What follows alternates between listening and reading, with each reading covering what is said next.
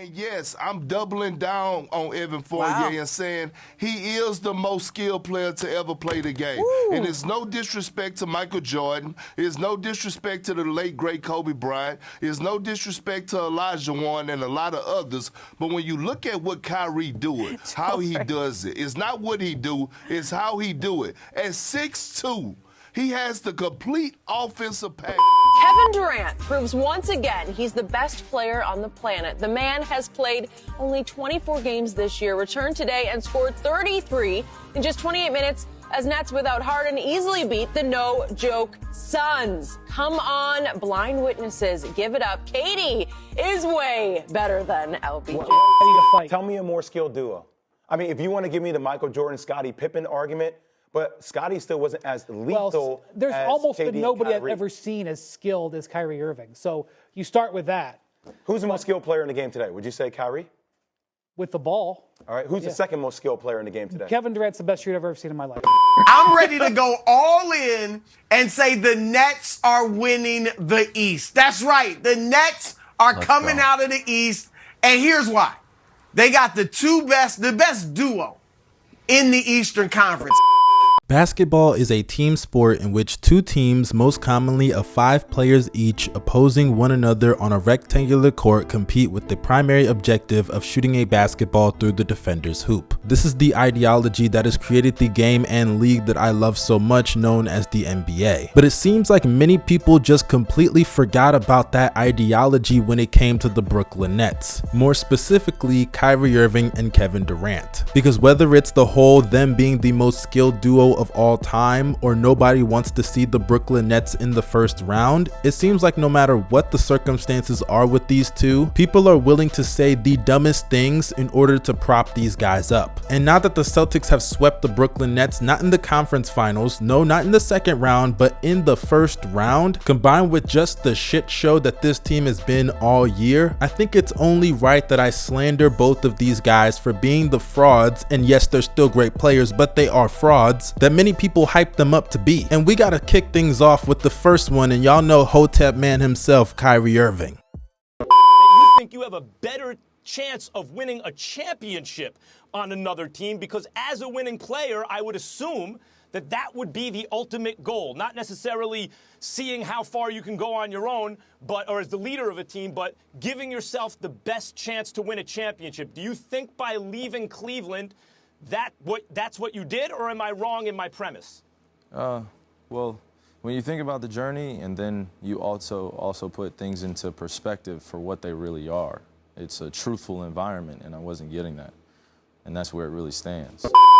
Now, as an individual person, I like Kyrie. I think he's done a lot of great things for the community. I think his stance on social issues are very admirable. He's a great guy, but unfortunately, being a great guy doesn't translate to being a great leader or a nice teammate. And Kyrie has proven time in and time out that he is not any of those things. Because unfortunately, without LeBron James, he's just Kemba Walker with the Quran. He left LeBron James because he wanted to be quote unquote the man of his own team. And even if you don't believe that, it at least gave him the opportunity to prove it. And what happens in those 2 years in Boston? He gets hurt in the first year because that's just the story of his career, and the team plays better without him, even making it to the conference finals. Then in his second season, his flaws as a leader were on full display, shitting on his teammates in the media, saying that they're not listening to him and that he had to call LeBron James because now he finally understands. That's something that you could have kept in house, but you decided to send a message to your teammates through the media that you decided to call pawns, by the way. Then you go in the postseason and piss yourself shooting 8 of 22, and after the game saying, hey, I should have shot 30 shots. After you got locked up by Eric Bledsoe and outplayed by him, that's your mentality? Great leadership, Kyrie. Then that offseason comes, and after saying you wanted to stay in Boston just the year prior, you decide to go to the Nets. Hey, it's your choice, it's free agency, do what you want to do, Kai. But then in another injury-riddled season that caused you to miss out on the bubble where the team played better without you, which like I keep saying is the story of Kyrie Kyrie Irving's career, you decide to make one of the dumbest comments that I have ever heard, sitting there saying, and I'm paraphrasing here, that Kevin Durant's the first guy that can make the shots that you can make in the clutch. I mean, bruh, you played with LeBron James. What kind of stupid ass comment is that? Did you not see the clutch shots that he was making down the stretch of that Golden State Warriors series where y'all were coming back from down 3-1? Did you not see the clutch shots that he was making in the playoffs in 2018, the buzzer beater against Toronto or the buzzer beater against the Pacers? Or did you not see the clutch shots that he made while your ass was injured in the hospital in 2015 against the Warriors, taking them to 6 games without you or Kevin Love? For him to say that kind of stuff while LeBron was in the finals and you were in the hospital bed recovering from an injury is just further proof of the lack of awareness this guy has. I don't know if he has an issue with what LeBron James did in Cleveland by being a great teammate and a supporting guy towards his game and allowing him to shine, but whatever that issue is, it has not helped him since he left him, because the next year, despite being 50, 40, 90 and having a great regular season, you could argue the best one of his career, what happens in the playoffs? Like I keep saying, the story of his career, he gets injured and they lose in the second round to the Bucks. And sure, you could say injuries are the reason why they didn't get past that series or maybe even win a championship potentially, but unfortunately that's what happens when you have Kyrie Irving on your team. You're always at risk to go down him in the playoffs. But unlike Cleveland Kyrie, where you could get hurt in 2015 or you could be off the team in 2018, LeBron can still get them to the finals because that's how great of a player he was back then. But when you go out, Kevin Durant goes 0 of 6 in overtime, and that's the guy that you said can hit the shots that you can make down the stretch of those games, even though in the playoffs, outside of that 2016 shot, I really don't know what shots you're talking about. And then that brings us to this season, and oh my god, the hilarious shit that happened this year with Kyrie Irving. I mean, first you went on your Cesar Chavez shit, trying to fight justice of the anti-vaxxers. I don't know what the hell that was about, but you did not explain that well at all. You weren't anti-vax, but you weren't pro-vax. You were standing up for the people losing their jobs, even though the reason you're able to play is because obviously you are above those people. So that message clearly failed. Congrats, you got the Trump supporters by your side. I'm sure those are the people you wanted to support you, Kai. But despite you having that rest on your body, you go out there in this postseason and have 2 straight games of garbage in games 2 and 3. And trust me, we're gonna get to KD shitting the bed later, but the benefits that you have with LeBron is that usually you could have some bad series and LeBron was gonna be able to carry that load for you because he was one of the greatest players of all time playing right beside you. And KD is too, but there's a difference between playing with Kevin Durant and playing with LeBron, and you have seen that over your last couple of years. And I hate to make everything about LeBron James with Kyrie Irving, but unfortunately that is Kyrie Irving's legacy, because when I hear people saying that Kyrie Irving should have been on that top 75 list, let's be honest, it's just that championship, and that championship was obtained playing with LeBron James. Kyrie's legacy is not that much different from guys like Kemba Walker, Kyle Lowry,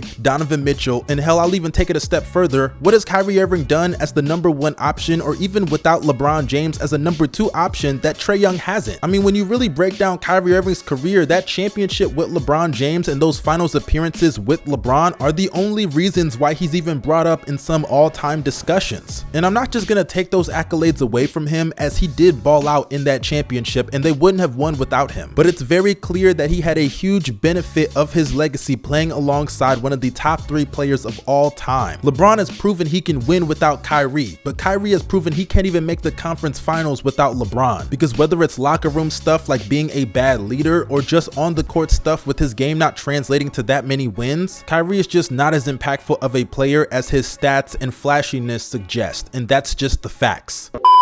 When we talk about Kevin Durant and what this brother is able to do offensively, we know that he defends on the perimeter. We know what he can do in that regard, but offensively, it's not even close.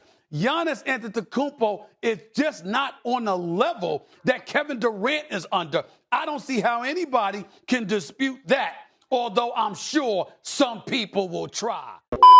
But now let's get on the Slim Reaper, Kevin Durant himself, because I got a whole lot of shit to say about KD, and if you don't like it, go ahead and unsubscribe because I don't give a single flying fuck. This nigga KD and the things that I've heard about him is straight up egregious. For starters, let's just look at the fact that nobody is going to hold him accountable the way that they should. I mean, people are going to say it's bad and it hurts his legacy, all the other yada yada shit, and I understand that. That comes with the territory of just being a relevant player in sports. But the type of slam slander that he's going to get is not going to pale in comparison to the type of slander that Steph got in 2016, LeBron got in 2011, or even Paul George got in the bubble. And the reason for it is because we do not hold Kevin Durant accountable the same way that we do other great players in NBA history. And we're not just talking about guys like LeBron, because fair enough, if you think that LeBron's going to be more slandered than anybody just due to the fact that he's more popular, that's fine, I can understand that argument. But even guys like Giannis, Steph Curry, Kawhi Leonard, or even Nikola Jokic this year being down 3-0 against the Warriors until he won Game 4, those guys get slandered for things that aren't even their fault, because that's the standard that we put on superstar players, to get it done no matter what the circumstances are. But it doesn't matter if he's losing against the Memphis Grizzlies in 2014, it doesn't matter if he's going 0 of 6 in overtime against the Bucks in Game 7, or it doesn't matter if he blows a 3-1 lead against the Golden State Warriors in 2016. There's always an excuse for Kevin Durant, whether it's Russell Westbrook, whether it's fatigue, whether it's James Harden, or whether in this case, because this is the dumbest argument I heard, against the Celtics, it's the fact that he's just being double teamed, bruh. What do you expect him to do? I mean, my goodness, can you guys just wipe your knees? Because you guys are sucking so much dick off just to defend trash right now. It's okay to hold him accountable for the standards you set for him. You guys are the ones that said he's the best player in the NBA because he's 7 foot tall and can pull up from 40. Stephen A. Smith, I'm talking about you, nigga. You can't sit there and give him all this praise about how he's the greatest thing you've seen since sliced bread because he's 7 foot with the handles of a guard, and then when he goes out sad in a lot of these fourth quarters or playoff flameouts, you have excuses out the ass to defend him. The fact of the matter is that Kevin Durant went to Golden State and took the easy way out to win his championships. Not just the simple fact that he joined a 73-9 team, but I hate to break it to you, he joined a team that had Steph Curry on it because Steph Curry's gravity gave him so many easy and open looks. I mean, just look at this graphic right here. Steph Curry was doubled 40 times in the 2018 NBA Finals, meanwhile Kevin Durant was only doubled twice. It is very obvious that when you watch those Golden State Warriors, Kevin Durant, it's not like he had just the easiest job in the world, but his job was made a whole lot easier, especially for somebody of his caliber. He's a great player, but let's be honest, if he did not win those championships, you wouldn't be calling him the best in the world. So why is it that he does something that everybody expected him to do, not because he's great, but because the team is just overwhelmingly great, and that makes you then call him the best? I just don't understand that logic whatsoever. He never was even better than Steph Curry. I'm just gonna be honest with you. Steph Curry was the engine of those teams, and without KD versus without Steph, it was a whole completely different roster. KD tried to manufacture his greatness by not only joining a team that won 73 games without him and won a championship without him, and also beat him coming back from down 3-1, but he thought that just winning those rings was enough to make him as good as LeBron or make him the best player in the league. But those titles just did not prove what a championship should prove about a player's legacy. Players like LeBron in 2016 or Kawhi Leonard in 2019 or Giannis just last season, those titles cemented what those guys are as individual players, their impact as a leader of men. KD has never led a team to any championship. You can be the best player on the team, which I still disagree with, but you can have that opinion about him in Golden State, but unfortunately he was not the engine of those teams. Say what you want about Steph Curry and KD and who you think is better, but they're still on the same tier, and Steph was the obvious leader of those teams. That's why when I see people say he was better than LeBron, or he was better than Kawhi, or he's better than Giannis, it's fine to think he's the better individual player, but I can never understand the argument of the finals MVPs and championships he won in Golden State as the argument. No matter what you say, those titles are not worth more or do not show how great of a player he is in contrast to guys like Kawhi Leonard, Giannis, or LeBron. And this series against the Celtics just further confirmed that Kevin Durant is more flawed of a player than a lot of people want to admit, because outside of the fact that defensively he's not giving you the production that many of the guys I named earlier can give you, but offensively he clearly has some issues when it comes to his playmaking. When he sees a double team or just the sign of a trap in his spots, the man is sweating bullets. That's why he was averaging hella turnovers against the Celtics. And as far as his efficiency, I credit that to him just having a bad series, but it was clear he was getting locked up by guys like Grant Williams, Jason Tatum, and Jaylen Brown. I mean, shooting splits of below 40% from the field and below 35% from three for a guy I was told is one of the most skilled players of all time and the best scorer in NBA history. It truly is crazy to me that people are going to sit there and somehow make an excuse, because those same people that are going to criticize Steve Nash and say he deserves more of the blame than any of the players are the same ones that are going to kill LeBron James reasons for bringing in guys on that team and making moves to trade guys, because he just has that much power over the organization. Well, what about Kevin Durant? Didn't he want Steve Nash as the head coach because he was the consultant in Golden State? The same head coach that Kyrie Irving said they did not need, by the way. But I bet you nobody's going to blame Kevin Durant for that, because it's very clear that he's just not held to those same standards, because even inherently you know he's not as good as those guys. Whether people realize it or not, the more you keep lowering the standards and not holding Kevin Durant accountable as the best player in the world by your logic, then you're essentially saying he's not that guy. And it's okay, he's still a great player. You could argue a top 5 player in the NBA at this moment, but it's clear he ain't him. So cut the bullshit.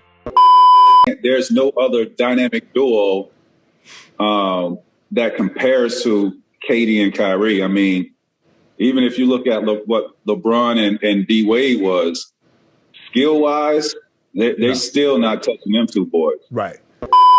But before I wrap this shit up, this whole thing about Kyrie Irving and Kevin Durant being the most skilled players in NBA history, or quote unquote the most skilled duo of all time, can we finally put that shit to bed? Because it's so obvious that when it comes to quote unquote skill in the NBA community, most people are just referring to the ability to score. And trust me, that is a skill, don't get me wrong. And if we're strictly talking about on-ball scoring, Kevin Durant and Kyrie Irving are up there with the best of them, and I have no problem with that. But unfortunately, there's more to the game than just the ability to score on the ball. There's playmaking, which guys like LeBron James, Jokic, Steph Curry, they're better than them at. There's rebounding, where guys like Nikola Jokic, Giannis, LeBron, they are better than them at. Then there's defense, where guys like LeBron, Giannis, Kawhi, they are significantly better than both of them at. And you can go down the list of players in NBA history that are better than Kyrie Irving and Kevin Durant, that are better than them at those things, combined with them also being elite scorers in their own right. And just because somebody is not going out there crossing people up and hitting tween hezzies doesn't mean that it doesn't take skill in order for them to score. It really is stupid to me that people can look at somebody like Giannis and say it doesn't require skill in order for him to score. Sure, he's not going out there and pulling up from the logo, but aside from the fact that he has added a mid-range jumper that's over 40% from mid-range this season, he also has a handle. He can put the ball on the floor. He's a great pick and roll big. He's a good offensive rebounder. He's a skilled finisher. He's an amazing playmaker. And as mentioned earlier, that's not even taking into account what he does on the defensive side of the ball, where he clears Kevin Durant and Kyrie Irving. And even if I give it to you that Kyrie Irving and Kevin Durant are the most skilled players of all time and the most skilled duo of all time, why is it that when they've played together outside of their time with James Harden, they are barely above 500? And in the playoffs without James Harden, they are below 500. If they are the most skilled duo in NBA history, hell, even individually, if they're the most skilled 1 and 2 players of all time, that means they are the biggest underachievers in the history of basketball. Because at the end of the day, when it comes to basketball skill, it's about impacting the game. That's the point of basketball. If your skill can't lead to winning the game, is it really that much of a skill to begin with? Because numerous players in the league can do what Kevin Durant and Kyrie Irving can do as far as one-on-one basketball. They just choose not to do it as often because that shit doesn't always lead to as many wins as people like to make it seem. And I'm not saying Kevin Durant is not a winning player. Kyrie Irving, on the other hand, that's another discussion, but Kevin Durant, he's a winning player. I'll give him that. But as mentioned earlier, other guys have had far more success doing things that Kevin Durant cannot do as good as them. So we need to cut this bullshit about them being the most skilled duo of all time. I understand that it looks nice to see them do those tween hezzies ball don't stop, but cut the bullshit. At the end of the day, both of these guys are not the players that many people hype them up to be. They are still great individual talents. In the case of Kyrie Irving, a top 5 point guard in the NBA, and in the case of Kevin Durant, one of the 10 best players in this league and a bona fide superstar with multiple finals MVPs on his resume. But this experiment with both of them have just proven that without LeBron James and Steph Curry, their legacies would be completely different. And the worst case scenario for them is if the Warriors, Sixers, or the Bucks win the championship this year. Because no matter how you slice it and dice it, it is going to make them look a lot worse than many people thought they were coming into this season or even this postseason. Their legacies are hanging onto a thread depending on who wins that championship. plain and simple. But hey guys, those are just my opinions. This was a longer video than normal, but I had to get this out there because I'm sick and tired of people not holding these guys accountable. If you disagree with anything that I said, please let me know down below in the comments section. And if you enjoyed this video, drop a like and subscribe to the channel if you're new. Press that button for post notifications, and also do not forget to follow me on social media. The links are down below in the description box. This is your boy Young Mustard signing out. Y'all stay safe and have a blessed day. Peace.